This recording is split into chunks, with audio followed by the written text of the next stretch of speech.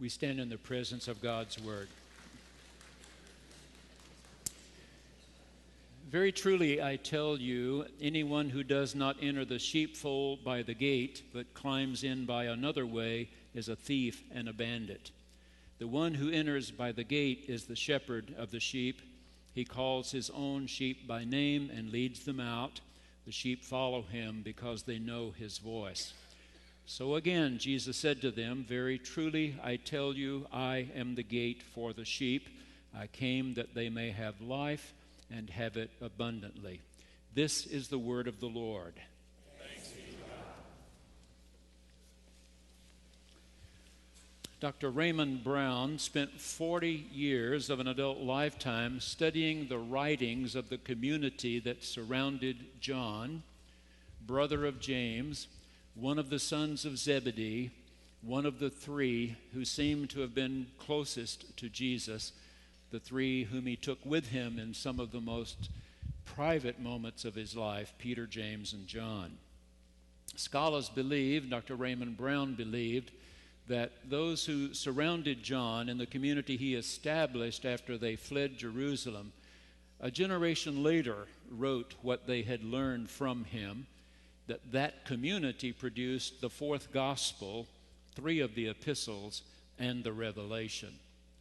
In commenting on this passage, Dr. Raymond Brown from Yale Divinity School said, I am convinced that this author has in mind one passage from the Torah and one from the prophet Ezekiel as he wrote from within Babylon in that captivity in the 6th century before the Common Era. These are the readings. From the Torah, and the Lord said to Moses, go up this mountain and see the land that I've given to the Israelites, and when you've seen it, you will be gathered to your people, as your brother Aaron was. And Moses spoke to the Lord, saying, let the Lord appoint someone over the congregation who shall go out before them and come in before them, who shall lead them out and bring them in, so that the congregation of the Lord may not be like sheep without a shepherd. So the Lord said to Moses, take Joshua and lay your hand upon him. Ezekiel. Thus says Yahweh Elohim, ah, you shepherds of Israel who've been feeding yourselves, should not shepherds feed the sheep?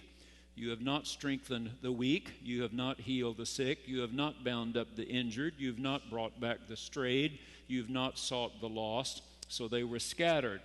There was no shepherd.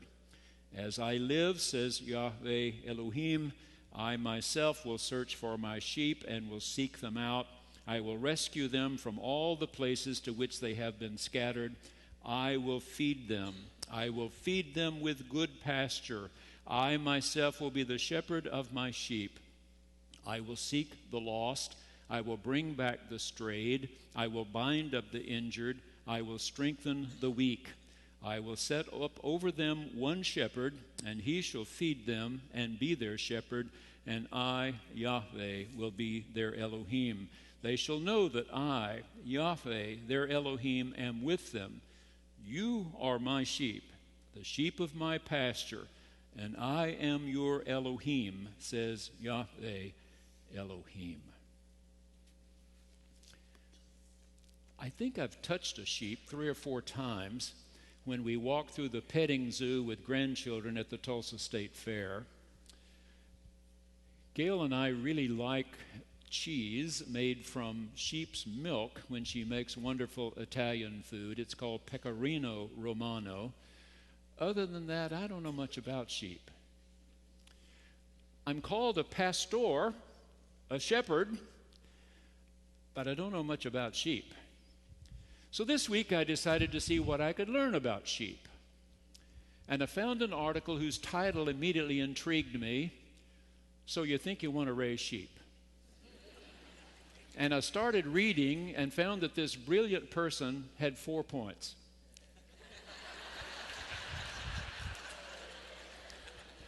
He began by saying, sheep are a flocking animal. They are prey, P-R-E-Y, not predator. They are herbivores, not carnivores. So they find some strength in great numbers, some sense of being sheltered the bigger the number who are gathered. When I was in high school, one of my classmates' father decided to build a new feed mill. He wanted to be sure that he could get half the folks in Panola County to come that Saturday and watch him push the button. All these huge vats of oats and corn and molasses got all stirred up together and came out into sacks of horse and mule feed. So he called the Louisiana Hayride in Shreveport, said, I need an entertainer. Somebody who will sing on the front porch of my new feed mill, help me draw a crowd. You have any ideas? And he said, well, we got one young guy. He was driving a truck out of Memphis, Tennessee. Crowds here seemed to like him. Mr. Neal said, what'll that cost me? He said, $100. He said, I'll pay $100. And Elvis Presley came to Carthage. He came to Carthage, Texas, and he sang up and down the front porch of the feed mill that afternoon, got his $100 check and left. But Monday morning, every kid in high school was looking for a pink shirt and black slacks. Girls were wearing pink skirts, black blouses. When I was a sophomore in college, John F. Kennedy was elected president, and millions of American women wanted a hairdo like Jacqueline's. And then the Beatles came. Boys let their hair grow to look more like the Beatles. When I meet with our youth and question and answer, I often hear one of them accuse another one of having Bieber hair, as in Justin Bieber. When I was a boy and folks were coming home from World War II, I rarely saw a man with a tattoo. You could almost be sure they had been in the Navy, had a little too much to drink in some port city somewhere, and let somebody tattoo them. I had a big, beautiful wedding here recently. 6 beautiful young bridesmaids came down that aisle, took their places just to my right.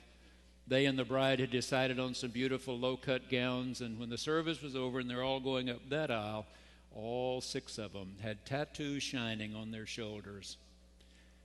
It's a different world, but they just keep on flocking. They just keep on flocking. And we need to hear this voice say, I want to be your shepherd. I want to be your shepherd. Number 2, he said, sheep tend to be passive. Great numbers of them think silent majority. So they look for leaders. Sometimes they pick well, sometimes not so well. He said, there's a documented case of an old ram who was leader of a large flock. He got spooked one afternoon and started running. He made a wrong turn. He went over a high cliff, and 400 sheep went right behind him. 3 years ago, Gail and I walked through the Brandenburg Gate at Berlin. My German professor in college, his wife, were both professors, University of Berlin, 1933. They were Jews. They were told after the election of Adolf Hitler, you will no longer be allowed to teach. They told me, one day you must go to Berlin. The German people are strong. They will reunite their city. You must walk through the Brandenburg Gate, down the beautiful Unter den Linden, see all these magnificent trees, have a sausage, enjoy. We went in 1988. We couldn't get through the Brandenburg Gate. There was a huge wall dividing the city. There were German shepherd dogs and armed soldiers everywhere. It took us an hour and a half to get through Checkpoint Charlie at Potsdamer Platz. We were there 3 years ago. You can walk through the Brandenburg Gate. You can walk down Unter den Linden. And Potsdamer Platz has a Dunkin' Donut and a Subway shop. I remember my professors, the doctors Strauss, saying, that when Adolf Hitler was running for office, he could really make a speech. We were down, defeated. We'd had such harsh penalties imposed upon us at the end of World War I that our inflationary rate was unbelievable. One day a loaf of bread was a Deutsche Mark, and the next day it was 2 Deutsche Mark, and the next day it was 4. And soon you needed a wheelbarrow full of Deutsche Marks to get a loaf of bread. And the intelligentsia at that university said, this guy can move our people. He can get their heads up. And 4 years from now, we'll elect somebody who knows better. But 4 years later, there was no election. He abolished all the elections. And in the next 12 years, plunged the whole world into a war that cost 100 million lives. When I was in high school, the people in Cuba got tired of their dictator, Batista. They heard a young man who could really make a speech. His name was Fidel Castro. He had a brother, Raul. They had a good friend named Che Guevara. They decided to throw their lot with these three. And it's bought them 54 years of miserable communism. 14 years ago, the folks of Venezuela said, boy, we got a guy that can make a speech. This Hugo Chavez, he can really make a speech. And besides that, when he speaks, he says he's going to get all these foreign oil companies out of Venezuela and we're going to eat free. And we can buy gasoline for 20 cents a gallon. And they bought them 14 years of Hugo Chavez when their country is in far worse shape than it was 14 years ago when he came to power. There's one saying, I want to be your leader. I want to be your shepherd. I'm the good shepherd. You can trust me. Number 3, this author said sheep are social animals. I found that interesting. They're social animals. And he said, don't even think about starting with fewer than 5. That was his number. Don't even think about starting with fewer than 5. I've been cleaning out my office. When I can find 30 minutes here or there, I fill another box. You stay in one office 33 years, you pack in stuff in the closets, that now just have to be taken out and boxed up and taken away. And one day I came to a book by John Bradshaw. Wow, hadn't even thought of his name in years. John Bradshaw was a Roman Catholic priest down in Houston, Texas. And he drank the communion wine, and he got to the point he was purposely blessing more than he knew the people would drink, so he'd have more to drink at the end, and he drank more, and he became an alcoholic in his 20s. In his early 30s, he ended up in a rehab center in Austin, Texas. I've heard him tell this story here at this church some years ago. One day at that rehab center, he went around by himself to a shrubbery where he could be hidden there, and he got down on his knees and said, God, I've really messed up my life. I'm sorry. And if there's any way you can redeem anything out of the mess I've made, I'd be grateful. And I felt him there. He was there with me. John got sober, dedicated his life to working through 12-step programs, specifically through the Episcopal Church in Houston.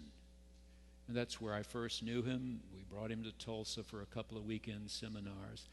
But I remember Dr. Bradshaw saying this: humans are social beings. They don't do well in isolation. How many times do we read that some perpetrator of some horrible crime was a loner who had shut himself off from the rest of the world? Dr. Bradshaw said in this book, you need at least 5. You need at least 5 people. He said, you don't have to eat with them every day. These may not be family members. If you got 5 people who know your name, and every time they see you, they call your name and act like they really care how you're doing, it'll mean the world to you. If you go to the same grocery store, he said, and you go through the same checkout line every time, and there's a sweet person there who says, well, hi, George, how have you been? Well, I'm doing pretty well. Good. It's always so good to see you. If you go to a neighborhood post office to buy stamps, and there's one person in there that when you walk in says, Betty, how have you been? I haven't seen you for a while. Well, I bought a roll of 100 last time. I hadn't needed any stamps. Well, I've been thinking about you. It's great to see you. The person that cuts your hair, styles your hair, throws you paper, if it's somebody you see often that knows your name. He said, everybody needs at least 5. At least 5. And you hear this one saying, I know your name. I'll call your name. Will you follow me?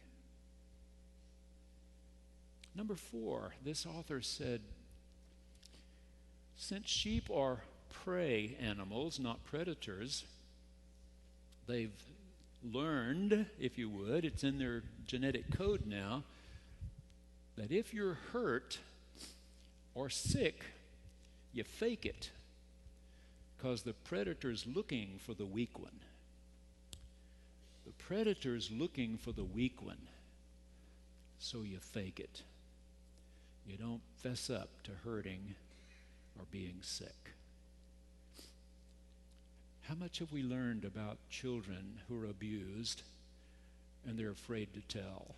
Afraid to tell. And they carry this dark secret for years and years because they're afraid to tell. Or they're being bullied. Somebody's bullying them at school, maybe several people, maybe a little group of people bullying them, making life miserable for them, and rather than their fessing up that I'm hurting, I'm hurt, I'm wounded, they fake it. They fake it. This shepherd is the good shepherd, the good one. One of the best things I heard this week, early in the week, after the horrible explosions on Monday, somebody quoted Mr. Rogers from the Mr. Rogers television program. You probably heard that because it went all over the news. Somebody quoted Mr. Rogers as saying he would look right into the television camera and say to these little children who are watching him every morning, when you see something really bad, make your eyes look for the helpers. Make your eyes look for the helpers. Watch those police running right into that smoky area to help. Watch all those volunteers running.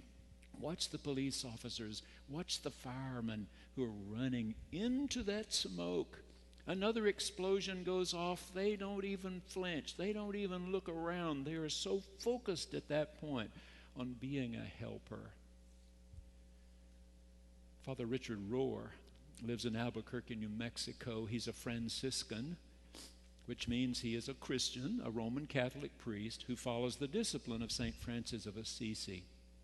He's also a prolific writer, and he's written that when you read one of those passages about God telling the children of Israel to go into the promised land and kill everybody they see and burn everybody's house and village, be very suspect of those passages, he said.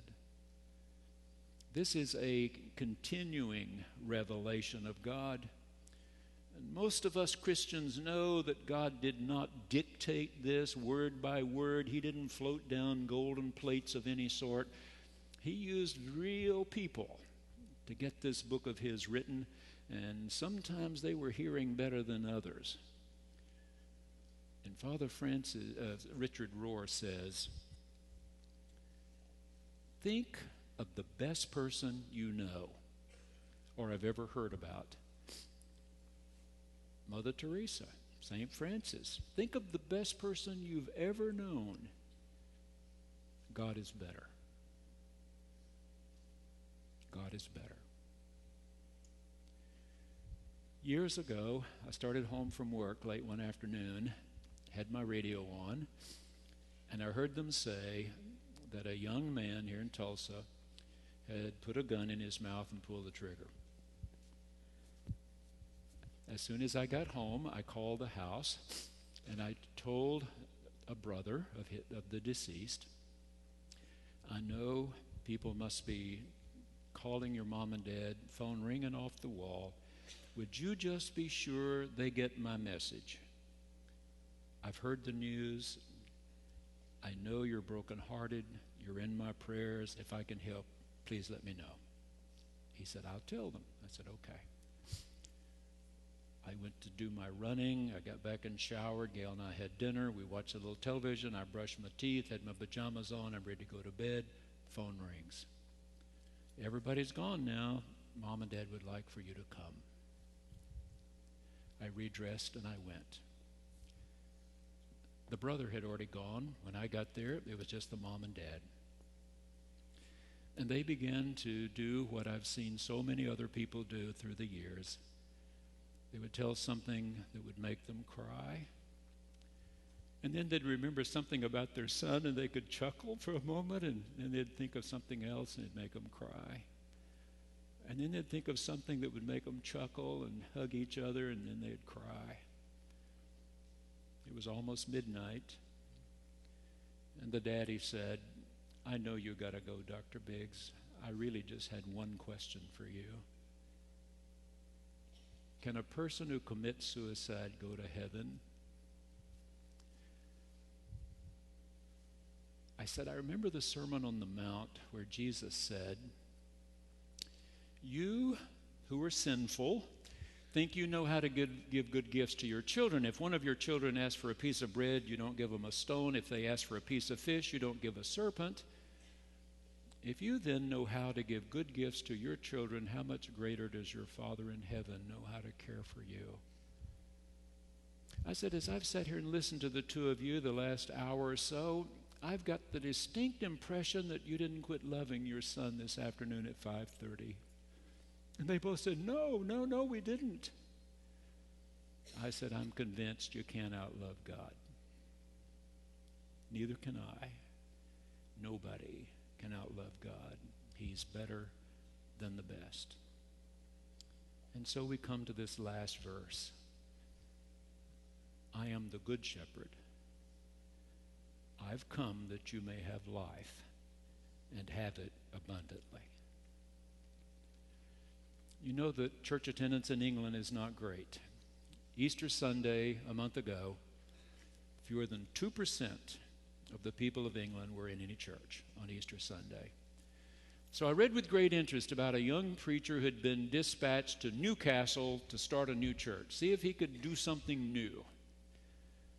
And he decided he needed to know that neighborhood as well as he possibly could, and he saw the greatest crowds gathered at the nightclubs. So he started going to the nightclubs to see what kind of music are they listening to? How do they dress? How do they behave? As best he could pick up conversation, what were they talking about in these nightclubs? And one night he walked into one of them and saw a fellow sitting on a stool over in the corner with a tweed coat and a tie who just didn't fit in.